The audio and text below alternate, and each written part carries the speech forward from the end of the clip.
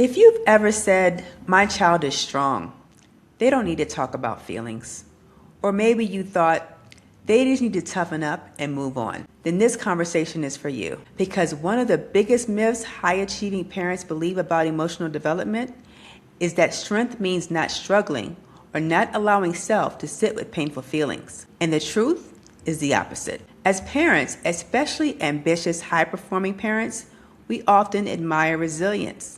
We admire grit, discipline, mental toughness, and those things matter. But somewhere along the way, many of us absorb the idea that emotionally strong people do not struggle.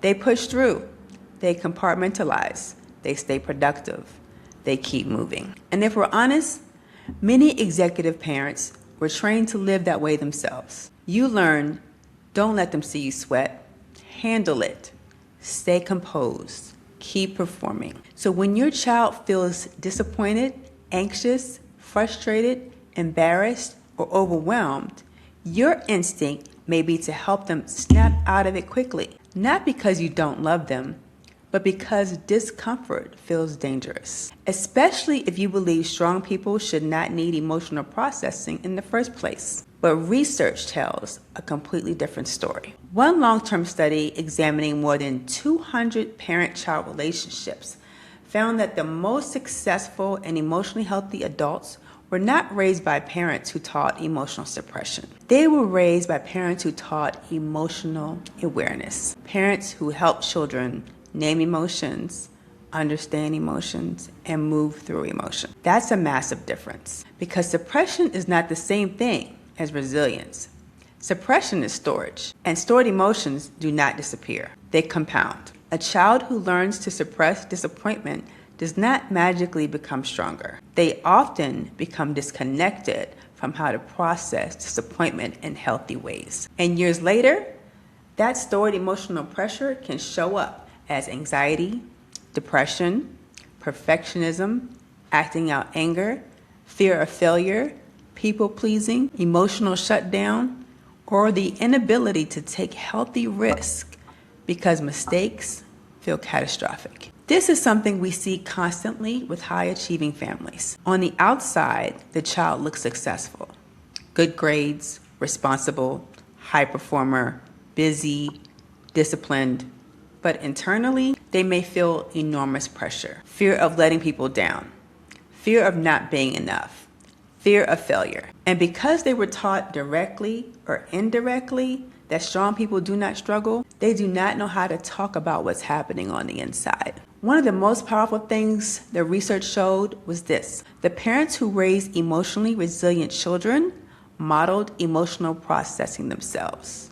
Not emotional perfection, not constant calm, not pretending everything was fine. They modeled honesty. When they were stressed, they acknowledged it appropriately. When they were disappointed, they talked through it. When something hurt, they didn't collapse emotionally, but they also did not pretend they were robots. They showed their children that emotions are not weakness.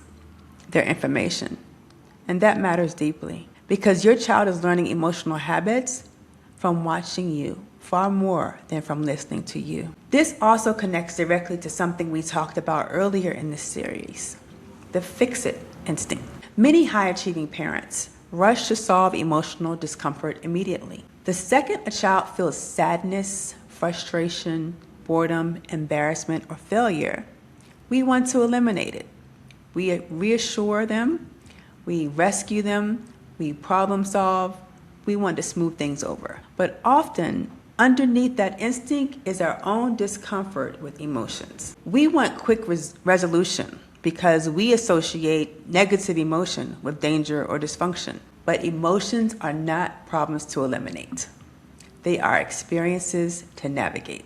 And resilience is built in the navigation, not in avoiding the experience entirely. If you've been following this series, you may notice a pattern emerging now. Whether we're talking about independence, emotional resilience, or identity, many of the struggles high-achieving families face come from the same root issue: control, the desire to protect, to optimize, to prevent struggle, to create certainty. And again, those desires actually come from love, and growth requires space. Your child cannot develop emotional resilience if every difficult feeling is removed before they learn how to move through it. And I want to say something important here. Allowing emotions does not mean creating chaos. It doesn't mean your child gets to disrespect people. It doesn't mean emotions run the household. It doesn't mean you lower your standards. Healthy emotional development